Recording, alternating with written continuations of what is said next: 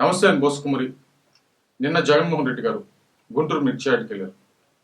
కారణం ఏంటంటే మిర్చి రైతులు పడుతున్నటువంటి కష్టాలు, మద్దతు ధర లేక మిర్చి రైతులు కష్టాలు పడుతున్నారు.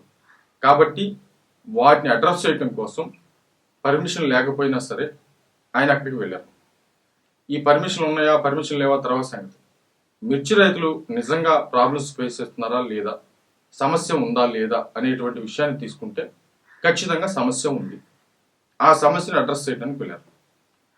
ఇప్పుడు అక్కడికి వెళ్ళిన తర్వాత ఆ సమస్యను ఇప్పుడు మనం మాట్లాడుకుంటున్నా, అంటే ఇప్పుడు నేను ఈ వీడియో చేస్తుంది కూడా జగన్మోహన్ రెడ్డి గారు నిన్న మిర్చి యార్డ్కి వెళ్ళారు కాబట్టి ఈ వీడియో చేస్తున్నాను. లేకపోతే నేను ఈ వీడియో చేయను. కాబట్టి ఆ విషయాన్ని జనంలో తీసుకెళ్ళడానికి జగన్మోహన్ రెడ్డి గారు సక్సెస్ అయ్యారు.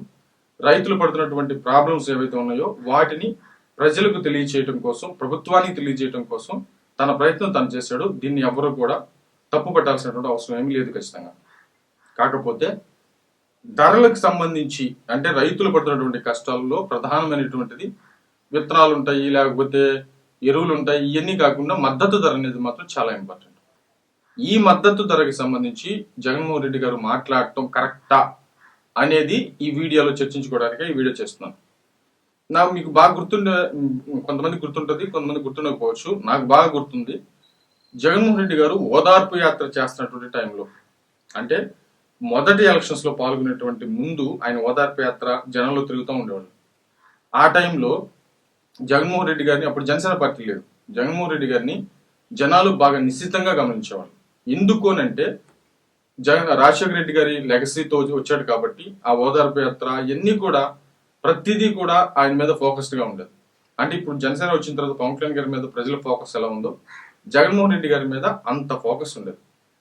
కాబట్టి నాకు గుర్తుండిపోవడానికి అదే కారణం. వీడియో దొరికితే నేను పెడతాను కంపల్సరీగా. అది ఏంటంటే అప్పుడు కూడా ఇలాగే మిర్చి రైతులు డైరెక్ట్ పొలంలోకి వెళ్ళిపోయి డైరెక్ట్ గా ఆ కుప్ప పోస్తుంటే, మామూలుగా మిర్చి కుప్ప పోస్తుంటే దాని దగ్గర కూర్చొని ఆ మిర్చిని ఇట్లా ఇరిచి ఆ విత్తనాలు నోట్లు వేసుకుని నవ్వలేడు. అక్కడ కూడా సేమ్ ప్రాబ్లం, మద్దతు ధర రావట్లేదు అనేటువంటి కోణంలో అప్పుడు కూడా ప్రస్తావించారు. ఆ తర్వాత ఎలక్షన్స్ లో పాల్గొన్నాడు, ఓడిపోయాడు.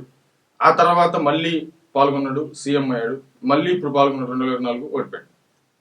అప్పటి నుంచి ఇప్పటి వరకు మిర్చి రైతులకు సంబంధించినటువంటి ప్రాబ్లమ్స్ కంటిన్యూ అవుతూనే ఉన్నాయి. ఇది నిజం ఫస్ట్.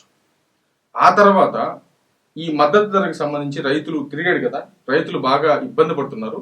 కాబట్టి ఆ ఇబ్బంది పడుతున్నటువంటి రైతుల కోసం ధరల స్థిరీకరణ నిధి ఇస్తానని చెప్పేసి 3,000 కోట్లతో ఏర్పాటు చేస్తానని చెప్పేసి అప్పుడు హామీ ఇచ్చాడు.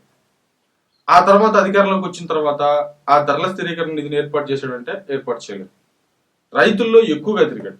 ఆ తిరిగినటువంటి టైంలోనే ఆ వరి కావచ్చు, విపత్తులు వచ్చినటువంటి సమయంలో రైతులు పడుతున్నటువంటి ఇబ్బందులు కావచ్చు, లేకపోతే మద్దతు ధరలు లేకుండా రైతులు పడుతున్నటువంటి ఇబ్బందులు కావచ్చు, వీటన్నిటి గురించి నేను ధరల స్థిరీకరణ నిధి ఏర్పాటు చేస్తాను, దీంతో మద్దతు ధర లేకుండా పోయేది ఏం లేదు, ప్రతి రైతు లాభపడతాడు అనేటువంటి విధంగా ఎలక్షన్స్ కు ముందు హామీ ఇచ్చాడు. ముఖ్యమంత్రిగా అయిన తర్వాత ఆ హామీని తొంగలో దొక్కినటువంటి పరిస్థితి అయితే మనందరికీ తెలుసు. అక్కడ ఎక్కడ కూడా వర్కౌట్ అవ్వలేదు. అయితే ఆ ధరల స్థిరీకరణ నిధి కానీ ఏర్పాటు చేస్తుంటే ఈ రోజు ఈ ప్రాబ్లమ్స్ లేవు. కానీ ఆయన ఏర్పాటు చేయలేదు. మరి తర్వాత ఆయన అధికారంలో ఉన్నటువంటి టైంలో మిర్చి రైతులకి మళ్ళీ ప్రాబ్లమ్స్ రాలేదంటే ప్రాబ్లమ్స్ వచ్చినాయి. కానీ అప్పుడున్నటువంటి ప్రతిపక్షాలు దాని మీద పోరాడాయి. తర్వాత జగన్మోహన్ రెడ్డి గారు దాన్ని పట్టించుకున్నటువంటి పరిస్థితులు లేవు. మళ్ళీ ఇప్పుడు ప్రతిపక్షంలోకి వచ్చిన తర్వాత మళ్ళీ ఇదే విధంగా మళ్ళీ ముందుకు వచ్చి మళ్ళీ ఇప్పుడు రైతులకి అన్యాయం జరిగిపోతుంది అనేటువంటి కోణంలో, మరి మామూలుగా మద్దతు ధర లేదనేటువంటి కోణంలో ఇప్పుడు ప్రస్తావించడం కరెక్టా? ఇది ఒకసారి ఆత్మపరిశీలన చేసుకోవాల్సిన అవసరం అయితే ఉంది. మామూలుగా ప్రజలు ఒకసారి ఛాన్స్ ఇచ్చారు, ముఖ్యమంత్రిని చేశారు, ధరల స్థిరీకరణ నిధిని ఏర్పాటు చేస్తా అన్నారు, మరి చేయలేదు. మరి ఇప్పుడు ఎవరిని బ్లేమ్ చేయాలి? ఇప్పుడు సరే, ఇప్పుడు మిర్చి రైతులు పడుతున్నటువంటి ప్రాబ్లమ్స్ కి సంబంధించి ఇప్పుడున్నటువంటి ప్రభుత్వం ఏం చేస్తుంది? మిర్చి రైతులకు సంబంధించి ప్రాబ్లమ్స్ వస్తున్నాయి కాబట్టి కేంద్రం స్పందించాలి అని చెప్పేసి కేంద్రానికి సంబంధించి ఆల్రెడీ తెలియజేసేలాగా పార్లమెంట్ లో కూడా ఈ విషయాన్ని టీడీపీకి సంబంధించినటువంటి ఎంపీలు కూడా మాట్లాడారు.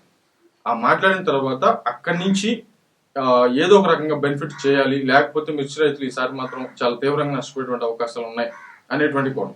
ఇది కాకుండా మిర్చి రైతుకి ఇప్పుడు దాన్ని ఏదో వైరస్ అంటారు, నల్ల వైరస్ ఏదో మొత్తానికి పేరు తెలియదు, కానీ మొత్తానికి అయితే ఒక వైరస్ వచ్చింది గత 2-3 సంవత్సరాల నుంచి అనుకుంటాం, 3-4 సంవత్సరాల నుంచి ఈ మాట బాగా వినపడుతుంది. దానికి అసలు మందే లేదు. మామూలుగా అయితే మిర్చి కంటే 2 రోజులకు ఒకసారి 3 రోజులకు ఒకసారి ఖచ్చితంగా మందు కొట్టాల్సిందే. మందు కొట్టకపోతే మిర్చి పంట అనేది చేతికి రాదు. దానికి ముడతని తెగుళ్ళని ఇవన్నీ చాలా తీవ్రంగా ఉంటాయి. దానికి తోడు ఈ నల్ల నల్లి ఏదో సంథింగ్ ఏదో వచ్చింది. అవి రావటంతో ఒక్కసారిగా ఆ చిగురులన్నీ మాడిపోవటం, ఈ సమస్యలు 2-3 సంవత్సరాల నుంచి తీవ్రంగా ఉంది. దీన్ని ఎవరు పట్టించుకోలేదు.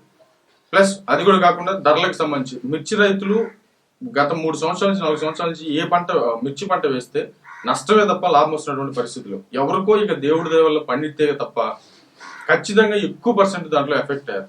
ఈ సంవత్సరం బాగుండిద్ది అని అనుకుంటే మళ్ళీ మందులు వచ్చినాయి, ఆ నల్లకి సంబంధించి మందులు వచ్చినాయి అని చెప్పేసి మళ్ళీ వార్తలు వచ్చాయి. అంటే చాలా మంది రైతులు చెప్పుకోవటం నేను విన్నాను. కానీ ఇప్పుడు ధరలు లేనటువంటి పరిస్థితులు అయితే క్లియర్ గా ఉన్నాయి. ఇదొక ఎత్తు అయితే ఇంకొక ఎత్తు ఏంటంటే పొగాకు విపరీతంగా వేశారు. విపరీతంగా వేశారు ఈ సంవత్సరం. వాళ్ళు కూడా ధరలు లేవని చెప్పేసి విపరీతంగా ఇబ్బంది పడుతున్నటువంటి పరిస్థితులు అయితే ఉన్నాయి. మొత్తానికైతే అధికారంలో ఉన్నటువంటి టైంలో జగన్మోహన్ రెడ్డి గారు ఏమీ చేయలేదు. మరి ఇప్పుడైతే మాత్రం ప్రతిపక్షంలో ఉండగానే మరి మిగతా విషయాలన్నీ ఆయన గుర్తొస్తున్నాయి. మరి అవి ఎలా గుర్తొస్తున్నాయో తెలియట్లేదు. మరి ఇది ఇప్పుడు బాగా చర్చ జరుగుతుంది సోషల్ మీడియాలో. ఏమైనా సరే ఇప్పుడున్నటువంటి ప్రభుత్వం అయితే మిర్చి రైతులకు ఏదో ఒక రకంగా న్యాయం చేయాలన్నటువంటి కోణంలో వాళ్ళ ప్రయత్నం అయితే వాళ్ళు చేస్తున్నారని చెప్పడంలో ఎటువంటి సైట్ లేదు. మరి వాళ్ళు చేస్తారా చేయరా మరి తర్వాత మాట్లాడుకుందాం. మరి ఏమైతే